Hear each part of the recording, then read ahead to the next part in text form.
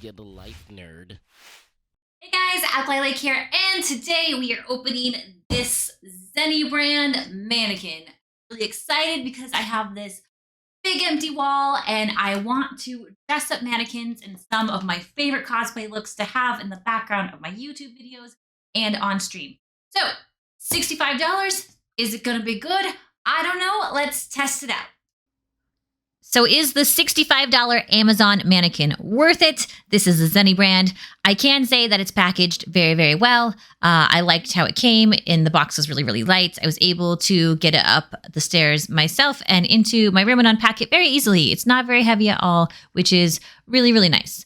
The one downside is it does not come with instructions. It comes with a printout of all the materials and what you should expect to see in the box, but not how to put it together. So as you can see, I'm unboxing it and I see all these little pieces, and that's great, but what do you do with them? I'm lucky that I know how to put a lot of things together, so it was fine. So double check and make sure that you have everything on the list. There really isn't that many parts, but make sure all the pieces that were supposed to come actually came. Now, the piece that you want to put together correctly first is the headpiece, and I show you here. There's this circular piece, and then there is another piece that looks like it has a little kind of ball and joint attachment. You put that inside the circular piece, and that screws onto the neck base. Once you have that on, the head can move on top of that. So the head moves very well, but one thing I don't like about it is that the head can actually kind of pop off easily. It's not really secured. So unless you have a wig or a hat or something heavy kind of holding it down, it kind of moves a lot. This is the base for the metal base, and it's how it screws on. And it says you don't need tools, but you do. You need a screwdriver. I recommend a wide Phillips head, and I only had a standard Phillips head. So you take the screw and you put it through the hole on the bottom of the base, and that screws into the plastic attachment, which holds the leg stand. The leg stand is the large metal stick-like piece. So once the screw is in, hold it from the bottom, then screw in the top plastic piece. And then once that's in, you're going to want to use the screwdriver, which it says you don't need, to actually screw that on and hold it tightly. Again, I would recommend a wide head Phillips screwdriver because at this point I felt like I kind of maybe stripped the base just a little bit, but it ended up being okay. After that's done, you have to use this metal piece here, which really just fits in pretty easily. You need to unscrew the little screw base at the bottom, which tightens it.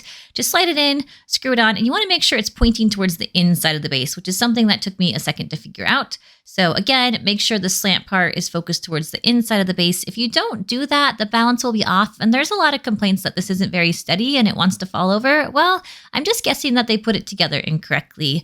If you have the metal slanty piece pointed inwards towards the metal and not off of the metal, it will hold the mannequin just fine. And I really didn't know any balance issues even later after I got all the armor and all the cosplay stuff on the mannequin. She held together just fine. Some people said that you have to attach this leg before you put the base leg on, but I didn't have a problem with it. You'll see on the torso later that there's 2 attachment slots, and you just have to make sure you line those up first, and then you can twist it. I struggled a little bit, but it's definitely doable. You don't have to do this first before you attach on the first leg, as some people stated in the reviews. Now here I show you where the 2 tabs are. You just want to line up the 2 tabs into the open slots on the base. So you actually line it up incorrectly at an angle, and then you just simply twist it into place. So super easy. Next up, we have the arms, and these were easy as well. You just have to make sure that you drop them into place. So on the mannequin, there's a wider circle top, and you can see this little hook-like piece here. You want to make sure that you put the arm, the shoulder part up higher than it needs to be. It looks like it's off kilter on the mannequin arm. So you put it up high and then you pop it in. And I kind of gave it a little smack there and it worked really well. So same thing in this angle, you can see that there's a wider opening at the top and you want to hook it in, slide it down and just give it a little pop at the top and it'll push right into place. Boop. So overall, I think she put together very nicely, minus the lack of instructions, which is kind of a big deal for some people. She went together very well. So nice mannequin, I would say. Okay, guys, so we got it all set up. She looks pretty good. I'm not sure about the YouTube rules on this. It's just a mannequin, so I think it's okay, but I don't know. Maybe I need to put in some little hearts up there or something. But so far, I like her. But the main thing here is it did not come with instructions. There was actually zero instructions in the box. So, I mean, you have to be intuitive.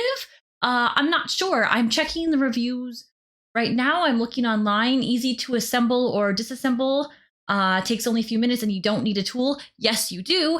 The reviews say you don't need a tool, but you absolutely do need a Phillips head screwdriver to make sure that the foot attachment that actually holds the mannequin to the stand is put on tight enough. And I would say that a regular size, like standard Phillips head is probably not wide enough. I felt like I might have been stripping it a little bit. So you need a very large head Phillips head screwdriver to actually attach that screw in correctly. So the fact that the reviews say you don't need a tool is crazy. So yeah, zero directions, but I've put enough things together that I knew how to do it. So I'm not, it's not like that upsetting. It's just that, yeah, there's no instruction at all.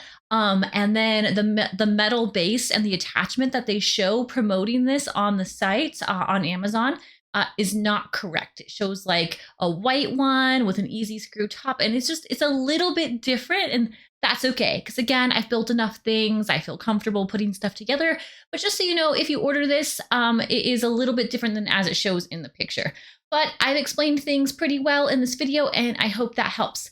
So next up, let's dress her. A couple things to know about dressing a mannequin is that it's quite possible the mannequin will not fit your measurements. This mannequin is 5'9" and I am 5'6.5". So there's quite a big difference. This mannequin also has a 24-inch waist, which is just like way smaller than mine. So the waist is really tiny. The thighs are really tiny. Like, I got some thighs, you guys. Anyhow, you're going to have to use safety pins. You're going to have to find all sorts of ways to get this to fit the mannequin better. Her torso is really tiny, so you can see it bunches in the middle, things like that. So just get creative. Also, if they're going to wear socks like this one is, you need to cut a hole in the sock like I did earlier to make sure that there's room for the little metal piece that attaches to the base to stick out. Some shoes will work. The thigh-high boots I wear with this do not. So just make sure that you know that not all shoes are going to work for a mannequin like this. So pay attention to the measurements and the details and know that you're going to have to make pinning adjustments to get it to fit on the mannequin.